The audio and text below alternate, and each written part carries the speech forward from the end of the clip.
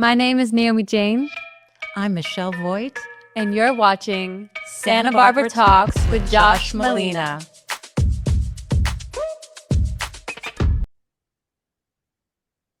Welcome to Santa Barbara Talks with Josh Molina. I am here today with the incredible Dr. Eliot Jacobson, who is a retired professor of mathematics and computer science, and somebody who's been on this show before. And I always have great conversations with Dr. Jacobson because I learned so much about, well, the sixth great extinction, which we're going to talk about in a few minutes. First, I know some of you are watching this show for Dr. Jacobson. So if you're new, please hit subscribe on YouTube. And I appreciate you watching. I have about 150 shows, several with Elliot. So check them out. And there's a lot of content here. I'm blessed. We're blessed because Elliot is in Santa Barbara, and that's how I know him. So we're going to have a conversation. And Elliot, welcome to the show. I know you're sort of a celebrity in climate science circles, and you do lots of shows, both like my shows, but also broadcasts. So I appreciate your time. How are you doing today? Well, thanks for having me on again, Josh. I'm doing pretty good. It's been remarkably cool summer here in Santa Barbara.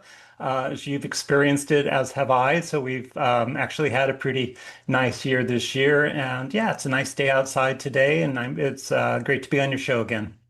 Well, thank you. We've had conversations about climate change, climate science, and even just let's just put it out there. We're amidst the sixth great extinction and the collapse of global industrial civilization. And you have been on the front lines of sort of analyzing all of this data and putting it out there for people, and in some cases before some of the scientists who do this for a living. So, with that context, let's talk about what's happening today. I think, we've talked about this, rising sea temperatures, and that affects everything in terms of our environment and our weather patterns. Where are we at right now in terms of, the state of our world in terms of, the sixth great extinction? Have we rolled back time? Are we better off than we were a year ago? What's happening? Yeah, I mean, that's a really great question. Are we better off than we were a year ago? Yes and no. I will give you the yes first.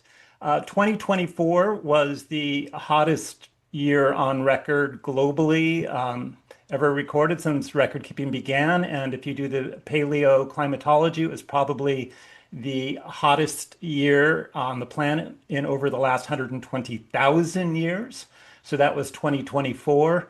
Things have moderated a bit. And so far, just for example, this year is now third hottest to date, behind 2023 and 2024. So yes, we have cooled down. So that's great. And, there's actually a trio of threes here. So the global sea surface temperatures are currently third hottest on record since records began. That's great. Again, behind 2023 and 2024. And the third one is sort of this cryosphere, the global ice. And that also set record lows over the last couple of years. And it's currently third lowest global ice. And ice is very important because as sunshine comes into the planet, one of the things that keeps us cool or mitigates against the steady stream of warming is that some of this sunlight is reflected back out to space by bouncing off the very white surface of global sea ice. And so when you have less of that, you have accelerated warming of the polar regions. And so, in particularly, the Arctic continues to superheat or be one of the fastest warming places on the planet. So that's the good news. The bad news is that we had compound events like the LA fires happen earlier this year. We had the floods in Texas happen, the tragic floods. happened there.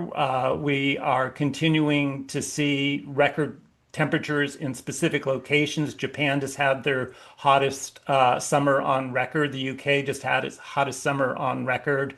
There's parts of southern Europe, including southern Portugal, that now we have the African temperature sort of encroaching across the Mediterranean up into southern Europe and having some of the hottest temperatures there. We've had some crazy fires going on.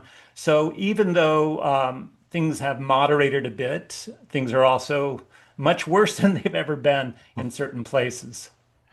So we had talked about rising sea temperatures, and one of the things that's been in the news the last couple of years, and increasingly, is what's happening with, I guess, what's known as AMOC, which is this Atlantic stream, in the ocean, which is apparently being disrupted in the sense that it's affecting the Gulf Stream, and there are currents that are both lateral as well as up and down, right? So there's vertical and there's horizontal currents, and this current is absolutely essential to keeping the ecosystem of the ocean from all the life in the ocean. And when it's disrupted, apparently, Europe's going to freeze, or there's going to be very cold temperatures. And I guess historically, we have seen this in the past, and now we're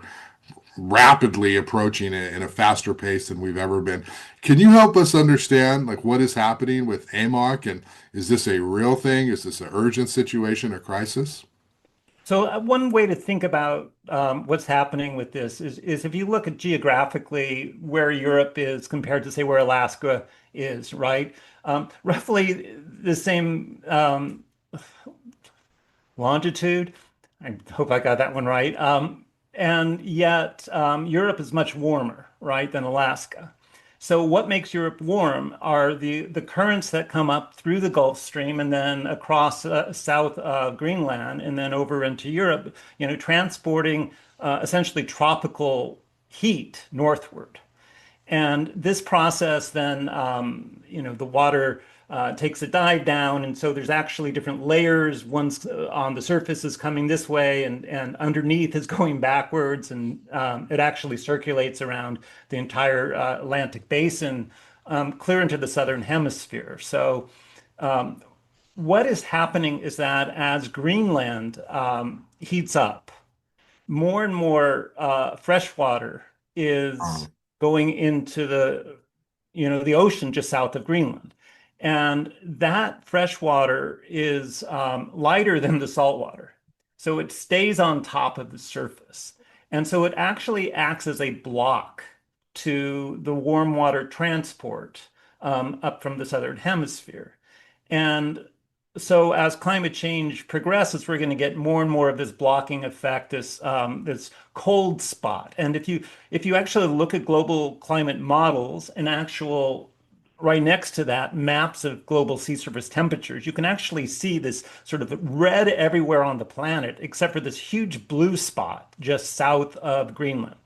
And so that is sort of exactly what is happening is like somebody is just shutting the door on the warm water transport.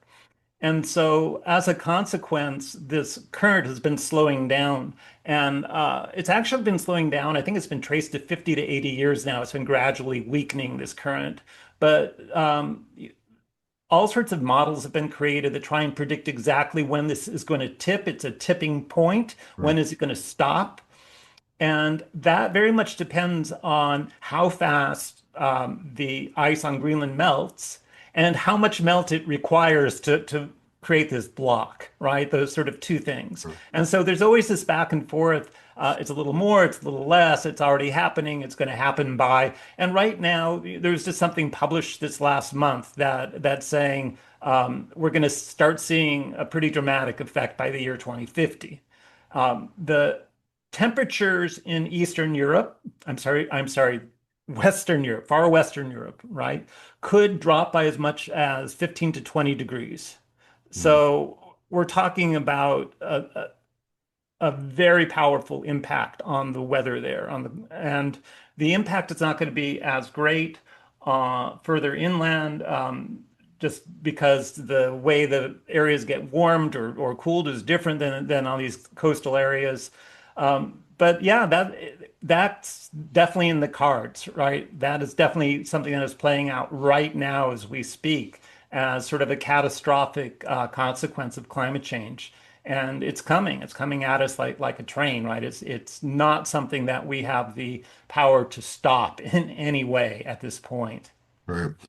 So, a little bit of a lay question here. The ocean is so massive.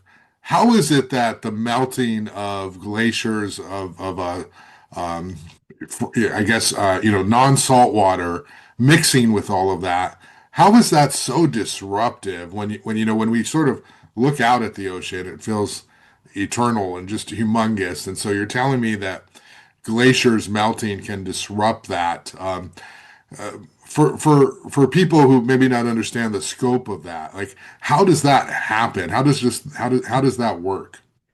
So it's not glaciers, right? Because a glacier is we kind of think of that as a small amount of ice. Right. The amount of water locked up in Greenland, it's hard for me to remember the exact number, but if all of Greenland were to melt, and you can look this up on your AI, the global sea levels might rise as much as 100 feet, right? So we are talking about A lot. Yeah. a lot of water there, right? Masses of water on an oceanic scale that are coming in, are melting.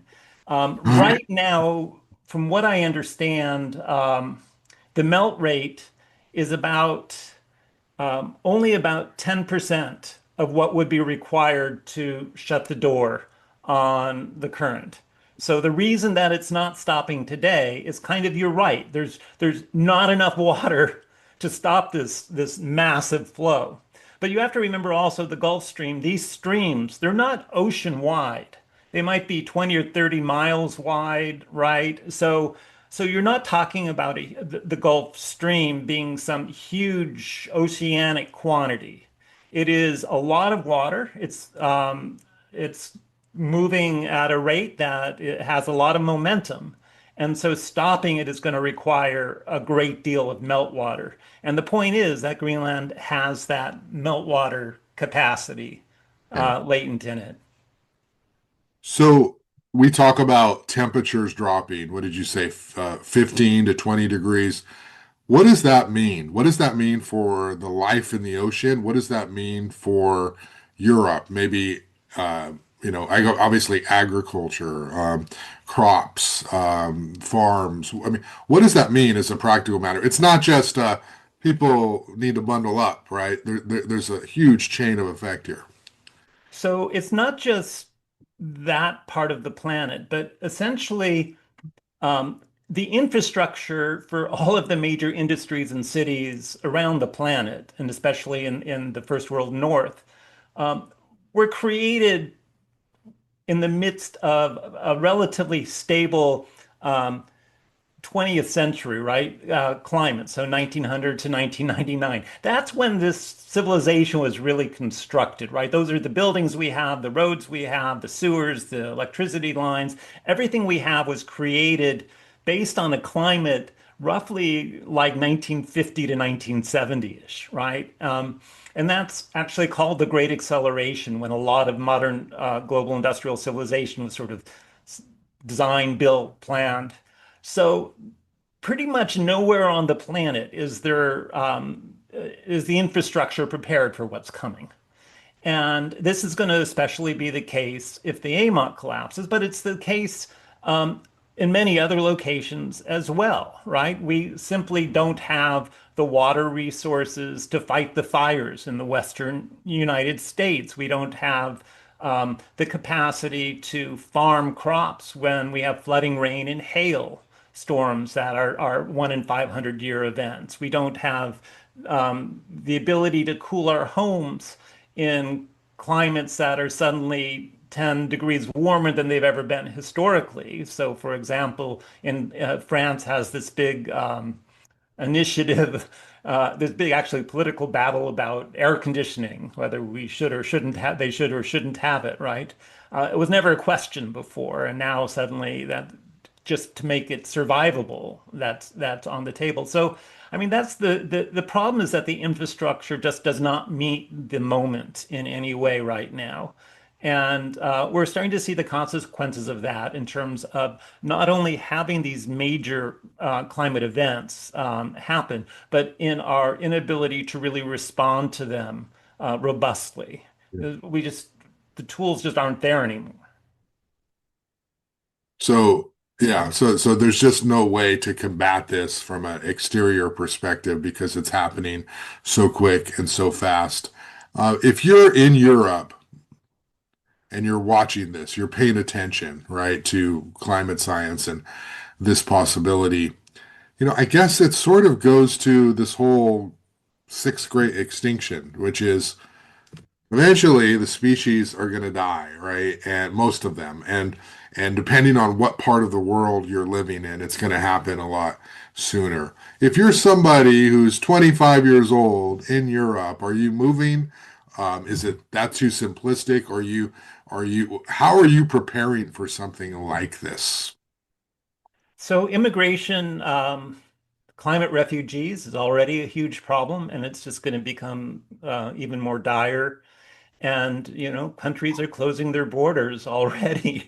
We see what's happening in this country, and um, there is sort of a revolt against migrants moving to areas that are more climate favorable. James Lovelock, the founder of the Gaia Principle, he said by the end of the 2000s, we're going to see billions die, and the only place left on the planet where there will be a few humans is in the Arctic region. So, it depends on how far ahead you want to plan, but it's certainly we're looking towards a near-term future where things get pretty dire no matter where you live on the planet. And so, this idea of there being climate refuges is one that I think people were holding on to about 5 to 10 years ago. They were trying to identify parts of the US, for example, the upper Midwest, areas of New York State, and so on, that were climate favorable to move to. And already that paradigm is breaking down, and you see these places having severe weather events. New York, Western New York had flooding rains that destroyed a huge area this just earlier this summer. Farms, the farms there are very much sort of interspersed with these little streams and whatnot. They just flooded. I mean, so the idea of having a place, if you're in Europe and you say, I want to move here, then that's where we'll be safe.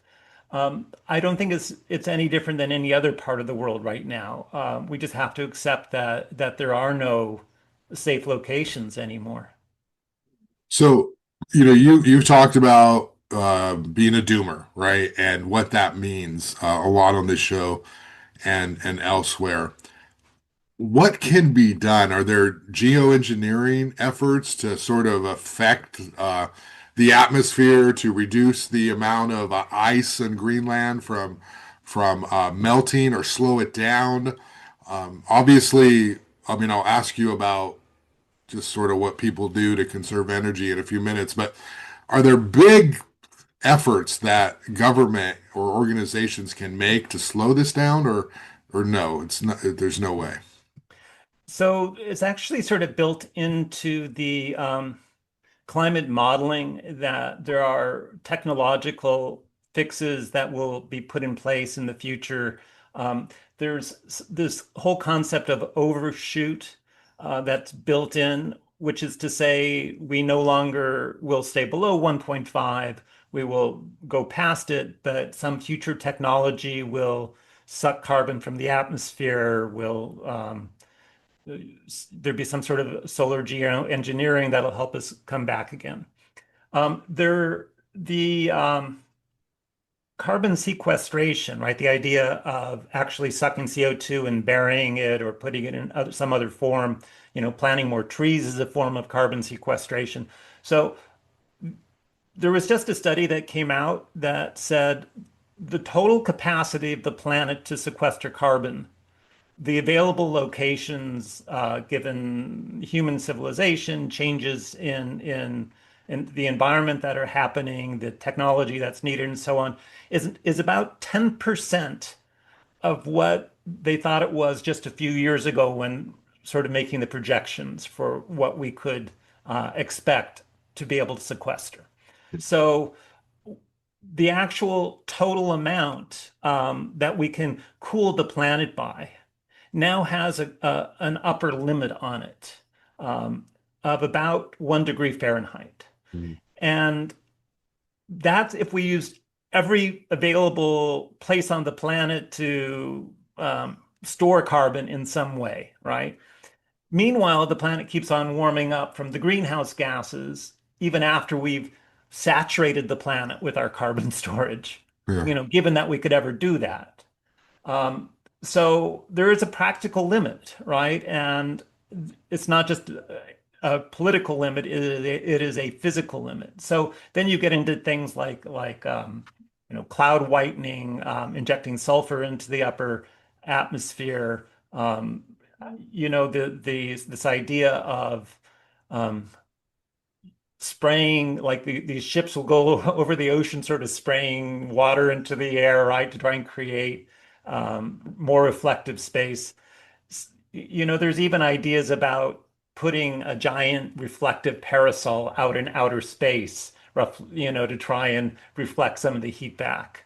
There was something called the Mirror Reflection Project, where the idea was essentially paint um, houses white, let's cover the planet with reflective materials. Um, and just to sort of put it in context, if there is this notion of something called albedo, which is the total reflectivity of the entire planet. And the more reflective the planet is, the slower it warms up, right? Because we're reflecting a lot of that heat. And albedo has been steadily declining. At least we've had satellites that have tracked it now for the last 25 years. It's been steadily declining, which is to say the planet's been getting darker, right? Absorbing more, getting darker. Well, if we just wanted to get back to where we were in the year 2000 in terms of how reflective the planet was, do some geoengineering to just get back 25 years, we would have to cover the entire planet with mirrors, starting at the equator, 75 miles in each direction around the entire planet, right? So a 150-mile strip of mirrors around the entire planet just to have the same reflectivity as we did in the year 2000. Wow. Right? That's how dark the planet is getting. That's how fast it's getting dark. Mhm. So there are so many limits to fixing this through technology, right? There's a whole group of people called techno-optimists, right? And the physical limitations say nothing of the political limitations, which are probably even more fierce. This is why you're a doomer, Elliot, right? Well, I mean, a doomer, a climate realist. There's another term that I just learned that I really like called an ethical pessimist. A doomer named Royce Granton came up with that, an ethical pessimist.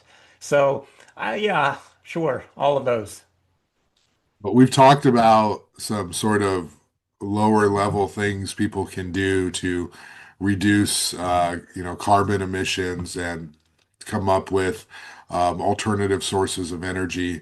Can we just talk a little bit about that? We're in Santa Barbara, but all over the country, there's, this move to get out of cars, e-bikes, there's wind energy, there's solar energy, there's let's use public transportation, the idea that driving and even flying to some degree is that if we reduce these things, we can make a difference in greenhouse gas emissions. And you and I have talked about that as being sort of too late, right? That all of that to some degree is just it feels good and it's the right thing to do, but it's we're well past that. Can you talk a little bit about what we find when we go to our Earth Day festivals, which is, hey, get out of your car and ride a bike or something. Is this useful? Is this working? What are your thoughts on these sort of efforts? So you mentioned Earth Day, and I go to Earth Day every year, and you can't find a place to park because everybody's driven there. Um, so I tend to walk. I walked this last year Yeah. from my house there, but um, the here's the problem with these things. We have this notion that if we switch to renewables, that somehow that will lessen the issue, right? That'll create less CO2. But there's sort of two different things here. One is, yes, you can ride an EV bike or a car or take public transportation, and all those things are great. You could have solar power, you could have wind generation. All of that is great. But if you're not reducing the rate at which you use fossil fuels at the same time, in other words, if you're not replacing fossil fuel use by this other stuff, then you're really not doing anything. And in fact, in this country this year, and of course, a lot has to do with Donald Trump, um, fossil fuel use has actually gone up 3.4% year over year. So we can have all of these technologies available, and it doesn't make a bit of difference. And one could argue that it's actually more energy is being used as a result of these technologies, not less, right? The fact that we have more efficiency means that we use more of that thing. And this is the famous Jevons paradox that I probably have mentioned before to you. But I mean, the best example I think of is Christmas lights, right? When I was growing up, we had the incandescent bulbs, right? And if you strung one string of bulbs on your house, that was a lot of energy that took. And now we have the LED lights, the super efficient, small, tiny LEDs. And houses are covered, blanketed with these things. There's huge light shows, and it's not just a few people now. It's every one of their brothers has these huge decorative light shows. The fact that it's cheaper and more efficient means we use more of it, right? The fact that it's become cheaper to drive means we drive more, right? Or another example, you put, another lane onto a highway like we are here in Santa Barbara, putting another lane into 101. Well, that means that it's easier to get through the Santa Barbara bottleneck, which means more people are going to use 101 to go north-south, from the Bay Area to LA and back, right? Which means we have even more traffic. So increasing efficiency does not necessarily mean reducing resource use. Yeah. In fact, quite the opposite. And so that, I mean, that's when you talk about these things, solar or wind or other things, the big problem right now is AI, right? AI is using so much of this energy. In fact, AI, I heard recently, I don't have I can't cite the reference, that AI is actually using all of the new clean energy that's being created effectively is already being consumed by AI. Right. And so we are not making any progress at all in terms of replacing fossil fuels with green energy. Yeah. Well, that's a good transition because, well, before I go there to AI, I just want to follow up on one thing is you mentioned the term tech optimists. There are a lot of people in climate science who, they might agree with you privately, but publicly they are still pushing this idea that we can change the world, if we carpool or if we take a bus. And obviously, those things intuitively are good because it means less use of something.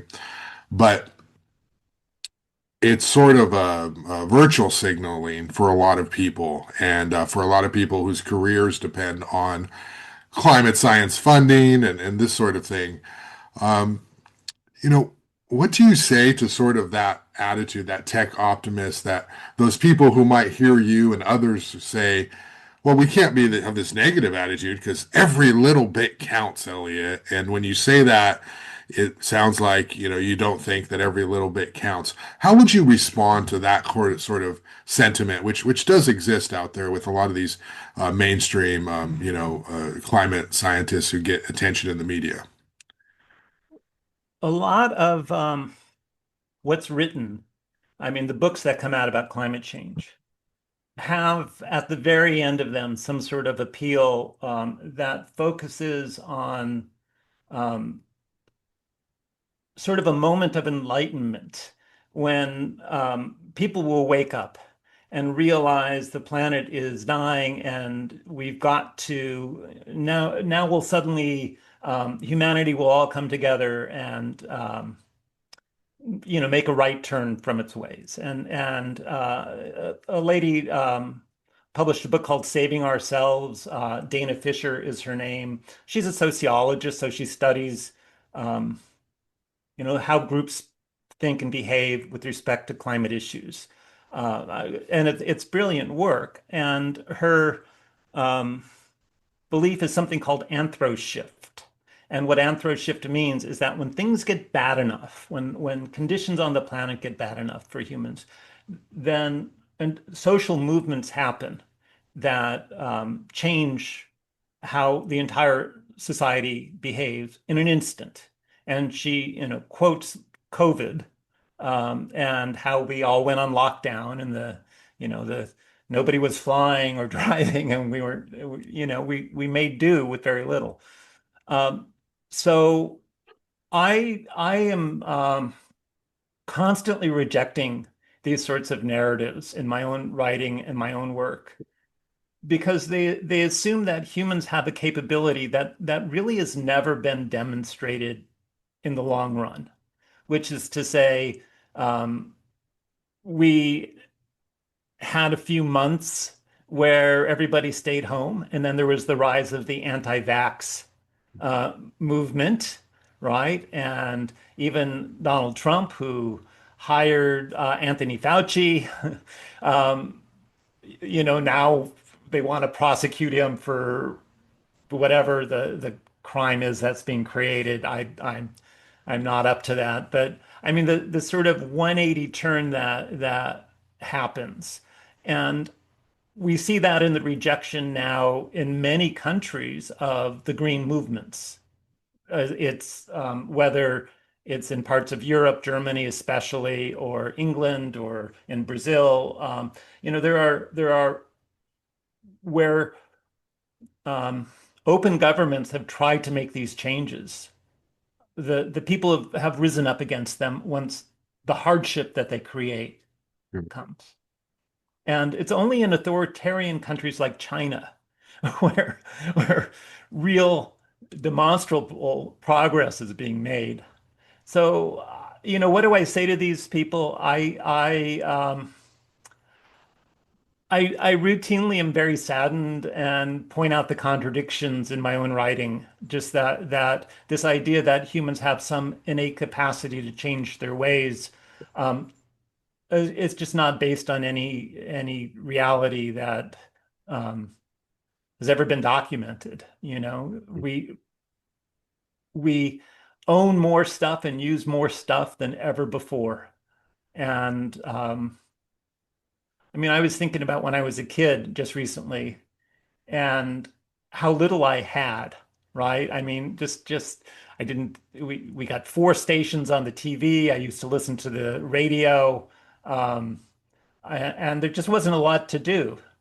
You read a lot of books, you hung out with friends, and um, I remembered I had a job as a very young child where I I delivered little advertisements door to door for a friend. I was maybe 8 or 10 years old, and they would give us a penny for each one of these things we stuck in a door. And Hmm. I'd put 100 of them out, and they'd give me $1, and I'd go to a liquor store and buy some candy, right? 5 and 10 cent candy bars. And I'm just thinking how many kids today would do that, Yeah. you know, would sacrifice their time to earn $1 or $10 or something in that way. That was sort of a norm when I was growing up, was if you wanted a little extra money as a kid, you delivered papers, you did something like that. It doesn't exist. There's so much wealth now, such incredible wealth. And the kids today are growing up with that wealth. They have these in their hands from, age 5, 10, whatever. This, speaking of Javon's paradox, these things are, Right. they get hot too. So, at any rate, I ramble a little bit off topic there. Oh, no, that was perfect. It was exactly what I asked you. You showed the phone. We talked about AI briefly. I want to ask you that question. I read somewhere that every search in Chat GPT is sort of the equivalent of a LED like light bulb for like 20 minutes of energy use. And these servers that pump and fuel AI, which are, if you're near them, are loud. There's a hum, there's a buzz, and they're everywhere. And so I want to talk to you because it's so like cool and trendy, like and generationally it's different. But if you're a 20 something, you're like AI and ChatGPT, and people are using it now to, in my world, to write things instead of thinking or trying and failing and getting better, which is writing, right? It's revisions, and people are just like, let AI do it. And so it's seen as sort of this efficient way of getting work done. And I want to ask you, is it really more efficient because we have to power this growing source of AI, and of course AI can be used probably positively to help with climate change, but I don't know that that's happening. So, what is AI doing for the environment?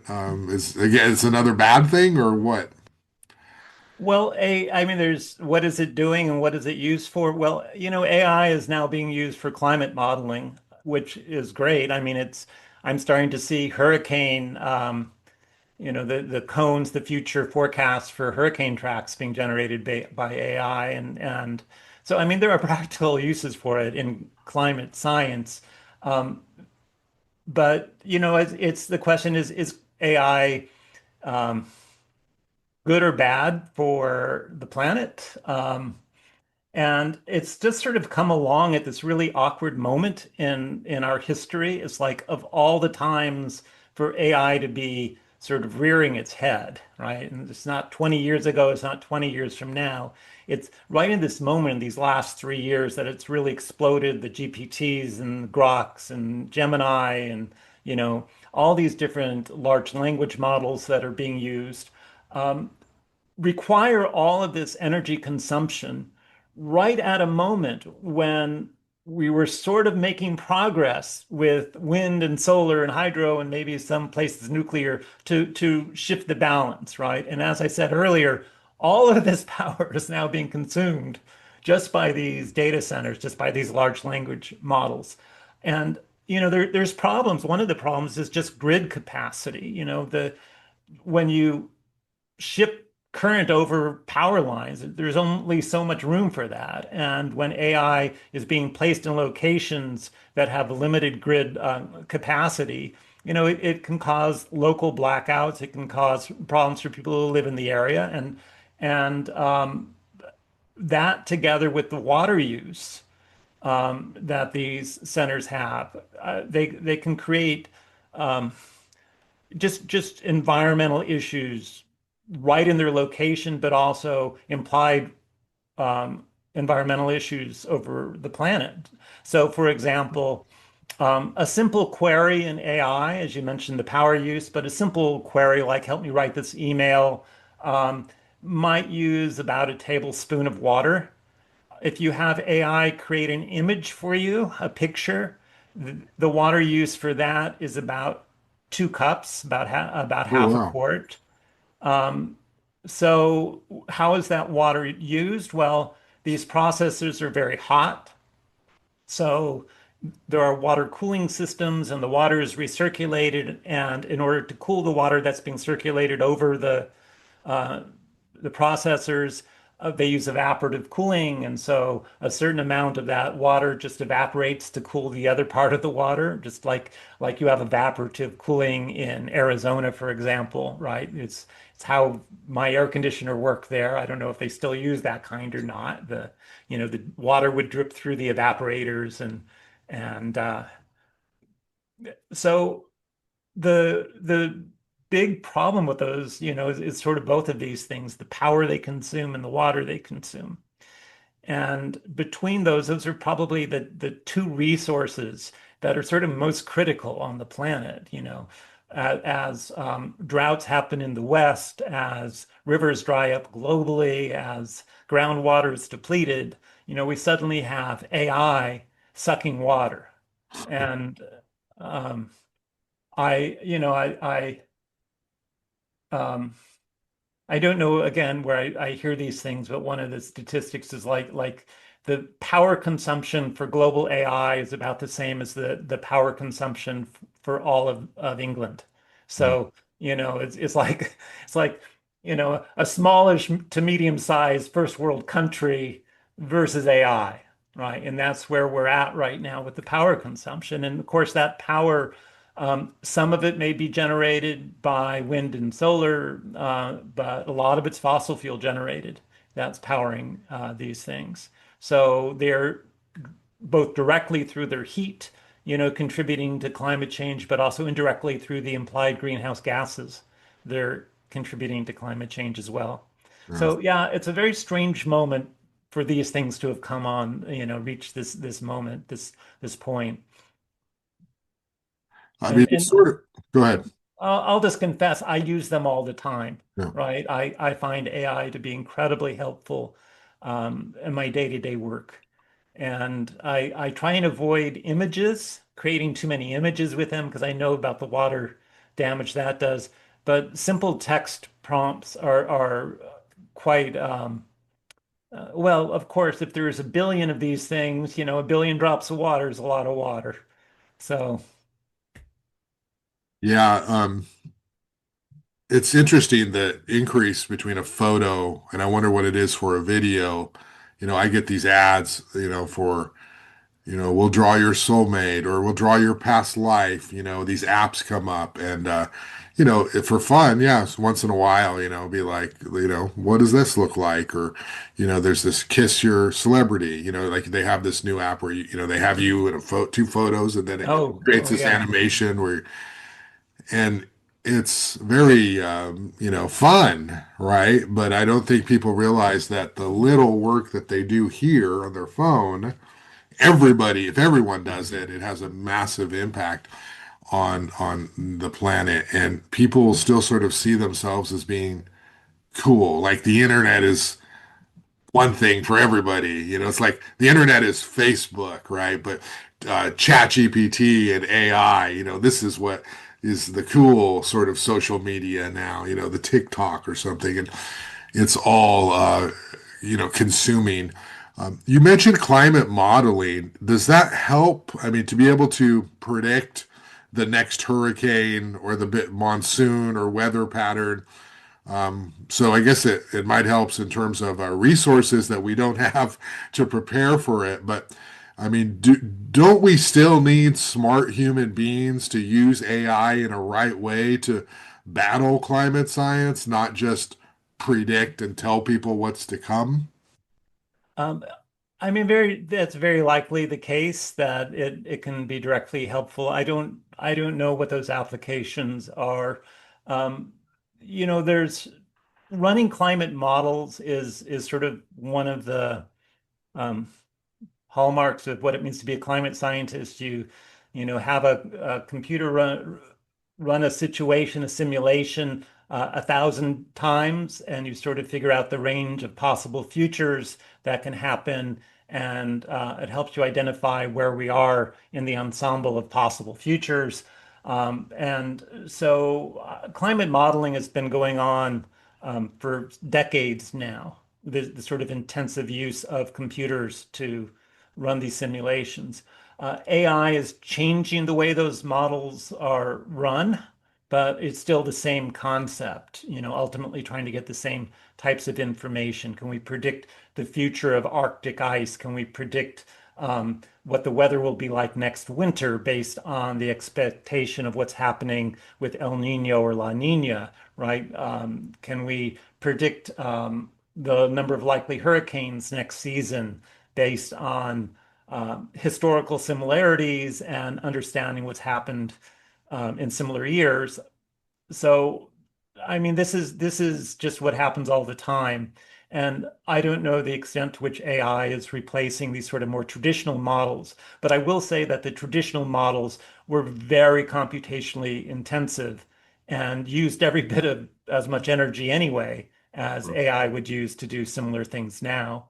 So I don't think there's a trade-off there where we are using less energy or more energy. I just think it's um, the actual way the programs are written and constructed is different. Yeah. So let me ask you sort of the elephant in the room here, is when we look at the United States and our country and politics and our president, and we have so many things going on in the current administration that are, problematic, troublesome, out and out, just offensive that this government is doing. In the area of climate science, and we have to be careful here because, I have had my I don't want to get like Google, or, upset, but in the area of climate science, like, is there anything we can say? I mean, how bad is it under this current administration? Is it marginally different than when Biden was president or, Obama or anyone else? How would you sort of assess what we're doing as a country to battle some of this stuff? Well, what's going on now in this country is a wholesale assault on climate science, Hmm. along with science in general, including medical science and um, others. But I mean, just on a practical basis, we are shutting down major research institutes. We're shutting down satellites that have been tracking information. We're firing huge numbers of people that are involved in tracking it, even some of which is for military purposes. We're reversing Biden era laws on. I mean, one of the big things that happened just recently was that greenhouse gases were delisted from gases that needed to be tracked by the Environmental Protection Agency, right? The Clean Air Act, so that now there's, in 2009, CO2 was sort of listed as a gas that could be regulated. Um, and it's not anymore. It doesn't need to be regulated in any way. So, I mean, we can just have at it. Just release as much CO2 as you want. You can't get in trouble anymore with this government. And it goes on and on, right? The withdrawing from the Paris Agreement for a second time, boycotting or not attending COP30, the Conference of Parties, the yearly climate change conference, which is happening later this year in Brazil. Um, and just not understanding basic physics. One of the things that happens directly is that we have these satellites, these military satellites that microwave satellites whose information was used to gauge sea ice extent in the Arctic and sort of glaciers and other cryosphere artifacts out there. And we're no longer allowed to have this information, right? This has been taken away, and so now I still track this data every day. And if you were to go to the website, this is called the National Sea Ice Data Center. They're now using satellites from Japan to get this data, right? Um, the website climate.gov no longer exists, right? Climate.gov was the go-to website for all things climate. You're not allowed to say the words climate change in an official document in the Trump White House, right? Those words are on the do not say list. So you can't say climate change. So, the Keeling curve that's been traced since the late 1950s out of Mauna Loa volcano in Hawaii, this sort of continuous record of the level of CO2 that started in 1958 is likely to be shut down or is on the chopping block. Their budget has been cut by 50%. The Goddard Institute for Space Studies that is essentially it's where James Hansen, was based when he did all of his work as reporting to the Senate, and in the late 1980s, he was the director of the Goddard Institute. So that is likely being shut down. That's in New York. So it's mind-boggling, just the assault on the climate that's going on right now. The wind turbine projects have been shut down just cold off the East Coast. And this is likely because Trump um, didn't like the fact that in Scotland they were building wind turbines right offshore from one of his golf courses. So, he's sort of retaliating against the wind industry as best he can.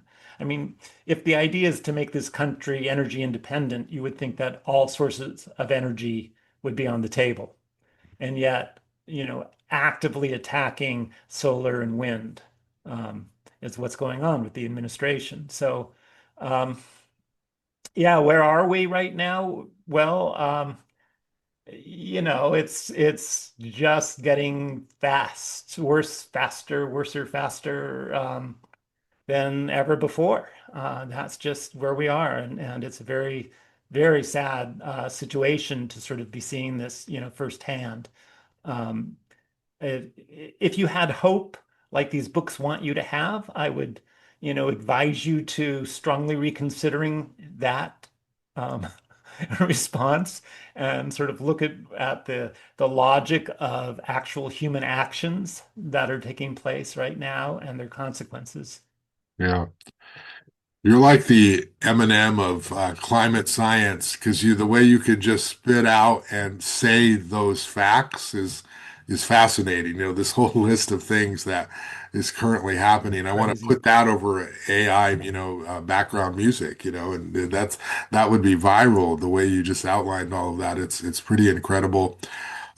This is almost a biblical story. I know you're not like a religious God. I believe in a deity, single deity person, but um, human beings, right? Like I mean, you almost could like say, human beings have ruined the planet, which is very similar to, some of the stories you read in the Bible, the inevitable, we can't trust the decisions that human beings make in this paradise, and they've messed it up, and now you're all doomed, and some of you will be saved, and I'm going to come save some of you, and we're sort of seeing that, not in like, the Bible revelation way, but to some degree, kind of, because the Revelation talks about all of these things. Um, Is it just a human being thing? I mean, it's just inevitable that when you have populations grow and you have people living longer, which, science has helped do, um, it's just a cycle of the earth. It's constantly going to happen because inevitably everything becomes too much and that too much destroys it. And then you have to reset and start all over. Is it that I, simple? I mean, Yeah, I mean, yes, it is, and you nailed it. So there's this concept called overshoot. mhm. I know I mentioned it before with respect to temperatures, and we're going to overshoot and pull back. But in terms of population dynamics, if you think about, for example, a bacteria in a petri dish, it will grow exponentially until it meets the boundary of the available resources, and then it dies off pretty quickly. And right now, we're using far more resources from the planet than the planet can regenerate each year. So I believe that there's a day of the year called Overshoot Day. I believe it's in July, late July, which means that once we've hit that point, we have used all of the resources the planet can generate for humans and replenish, and the rest of the year is a deficit. We're degrading the soils, we're degrading the water, we're degrading the air, we're degrading trees and nature and animals and habitats, right? So all of the resources we're using to live sustainably sort of are exhausted after about 7 months, right? So on average, that tells you what the average human's ecological footprint is on this planet. Yeah, a human uses more than the planet can replenish from their personal lifestyle, right? So, unfortunately, the consequence of overshoot is collapse. And it's happened many times, of course, in human civilizations. And it's not like we're the first to be aware of this. I mean, the Greeks wrote about that, right? This is as old as time, right? This idea of civilizations rising and falling. The difference is that this time, when this civilization falls, it's going to take most of the planet with it, right? It's not going to just take our civilization. It's going to take most land-based species are going to struggle, whether it's flora or fauna, right? We're destroying forests, we're destroying croplands, we're destroying animal species, right? We're destroying, and we're heating up the atmosphere at a pace that's unprecedented. Really, in the last half a billion years, it's never been documented that the atmosphere has warmed as fast as it's warming right now. There's simply no precedent for the rate of change. So it's not how hot it is, it's how fast things are changing. Yeah. So that the seasonal cycles are already out of balance, right? Plants don't know when to bloom. Species that are dependent on a plant being available at a certain time in their yearly cycle, that plant may or may not be available for them, right? So the temperatures may or may not be compatible with a species being able to survive. Normally, they would migrate later in the year, right, or earlier in the year, and now they have to migrate at this particular time, and they're just not ready to do that. So, migratory patterns are screwed up, and so animals are left isolated and stranded. And we saw this with the pelicans here in Santa Barbara a couple of years back, Mm. where essentially they were starving to death because their normal food source was not visible to them as they migrated up from the Gulf of Mexico, because the oceans were warm and had algae on them, so you couldn't see through to see where the fish were, right? And so the pelicans were starving, and that's just an example of what happens to one species in very short order. So yeah, I mean, what you said is absolutely dead on, and we are just at the beginning stages of witnessing overshoot and its consequences right now. Wow. We've got a couple more minutes and then I'll let you go. I really appreciate your time. Take me back, Elliot. This is, not a science question. I'm just curious about you. Elliot as a boy, right? Growing up, you kind of referenced a little bit of it earlier. Did you always have this sense of what is happening in the world inside you, and you gravitated toward it? I mean, you are a brilliant mind, so there's probably many topics that you are an expert on. But talk to me about sort of being a kid, because, I have an 11-year-old and I have another son. And, when you're that age, we tend to shelter our kids.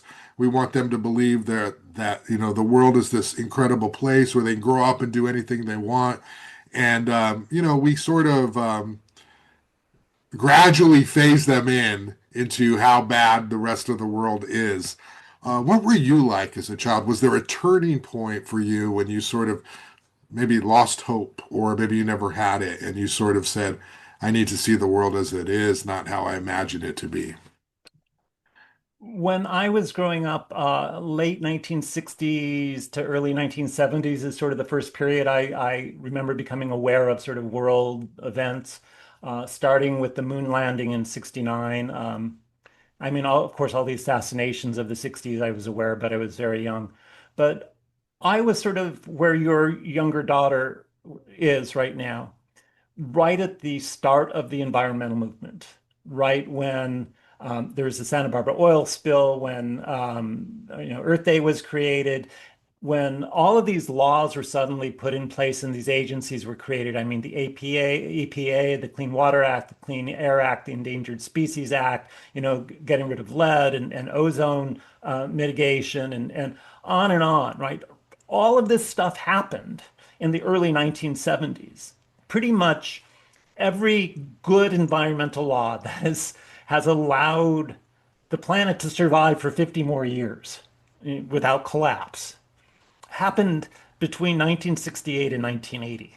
Mm. And you can actually trace those things. It's mind-boggling to see this list of laws and things. So I grew up actually kind of through the end of Jimmy Carter, believing that real progress was being made environmentally. And I was actually a member of the Young Socialist Alliance as a teenager, politically, the YSA, and that was different than the RCY, which were the Revolutionary Communist Youth, right? And so there was a lot of sort of liberal youth at the time.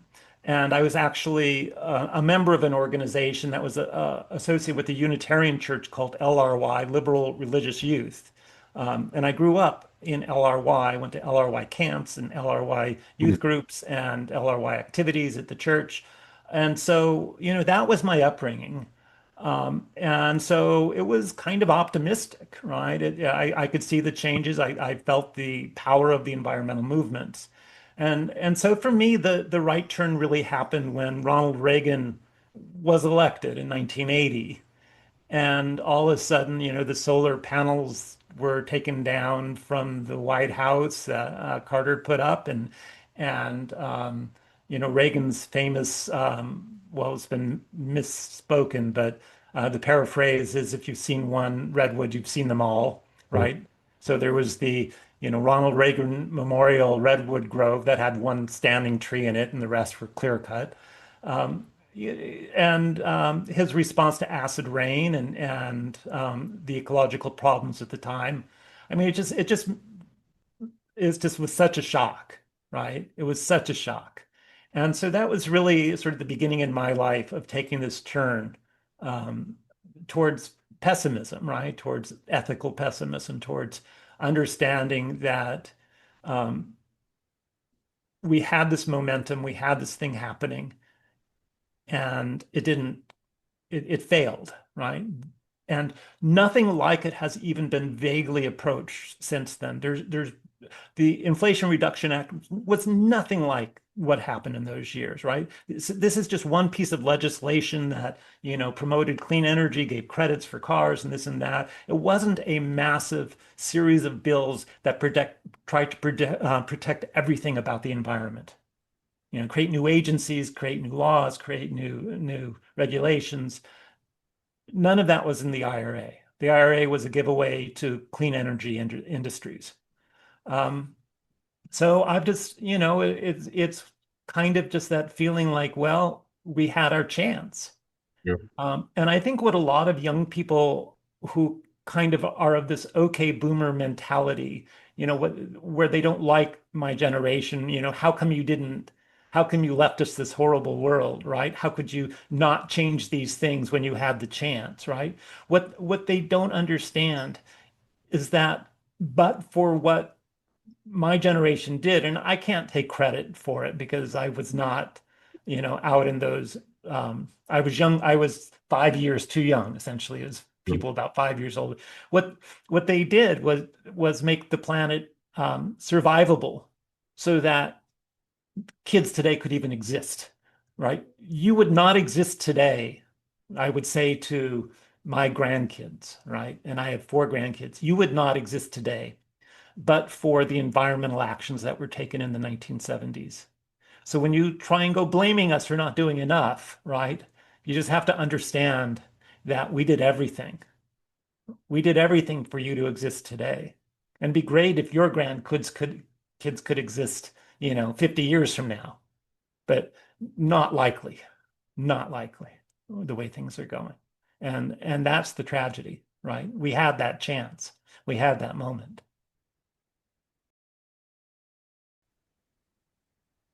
That's a really good point, Elliot, because there is sort of this part of our culture which blames generations before for everything, right? How could you leave us with this world, as well as how come we can't buy a house? How come we can't have the things that you have? How come we have the debt? And I think it's really important that that generation, stay off their chat GPT and, maybe sort of understand that most likely the things you're accusing that generation of doing, you probably would have done the same thing. It's that's also human behavior is, that people tend to think they would have done something different in these circumstances.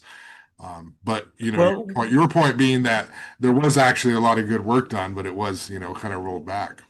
and I think there's another point to that, which is what are you doing today that 30 years from now, your kids or grandkids will look back and say, thank you for having done that, Yeah. you know, and while you still had a chance. In other words, the roadblocks that are in place against action today are the same roadblocks that were there in the 1970s. The oil industry, Republican politics, anti-environmental movements. I mean, when there's gold to be dug up, people want to dig up the gold, right? Who cares about what it does to the environment? So the question is, why do you think it's harder today for you than it was for us 50 years ago to take action, political action? Why do you think it's harder? It's not harder, right? We just did it and you're not doing it. That's a framework you have to understand. Um, and yeah, houses are too expensive, but that's yeah, that's a whole different issue. As we wrap up here, sort of send us off, Elliot, with what should you do today? Which, I would say sounds like you should stay home, stay off our phones, stay off Play our with the dogs. devices. Can you hear the dogs in the background there? I can't. No, no. Oh, Okay. I had a lawnmower next door, but no, I can't hear the dogs. What is the best thing to do today if we really care about this? Is it to stay home, stay off our devices, have conversations with real people, and basically use dramatically less than you were using before? Is that the only way we personally can control any of this? Well, I, all of those things are of course good.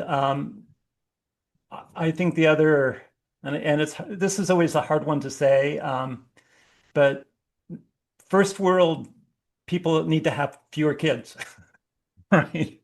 Because I mean, that's how resources are consumed. It's first world humans, wealthy humans consume a lot of resources. So, support Planned Parenthood, support other um, organizations that understand family planning.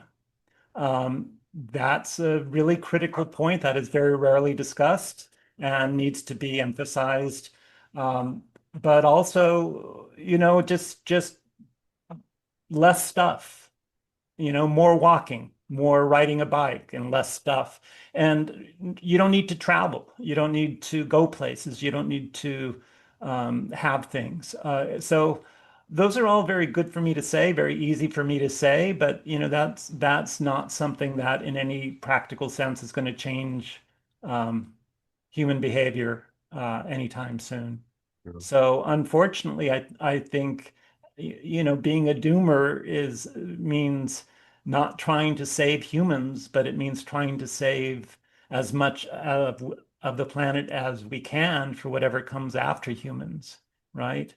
And so it is kind of a bit of a defeatist perspective to say there's nothing we can do that's going to save this civilization. But on the other hand, it is also motivational in that the actions you take are ones that are geared towards the environment and towards other species and towards the beauty of nature in every way possible. And so that balance is the one that you have to carry. It's that butterfly that we stare at when it, flutters across us. We need to save the planet for that, not necessarily ourselves. Yeah, and of course the monarchs is a whole other issue That's here true. in Santa Barbara. So, Hopefully they come back this year. Yeah. well, the eucalyptus there in North Goleta, the just dying out, that whole grove there where the monarchs stay is just getting decimated by disease and the trees dying. Yeah. So I mean, yeah, it's very sad for the monarchs. You brought the monarchs up, but Maybe yes, it's the cockroaches. They always say the there you go. cockroaches are going to survive. Yeah, let's save the world for our cockroach overlords. Well, Dr. Eliot Jacobson, once again, thank you so much for taking time out of your busy day to educate me, educate the audience about these really important topics. And you're just so brilliant in how you explain them. So thank you. And I Thank look forward you. to talking to you again down the road. Thank you so much, Josh. It's been a pleasure. Have a great day.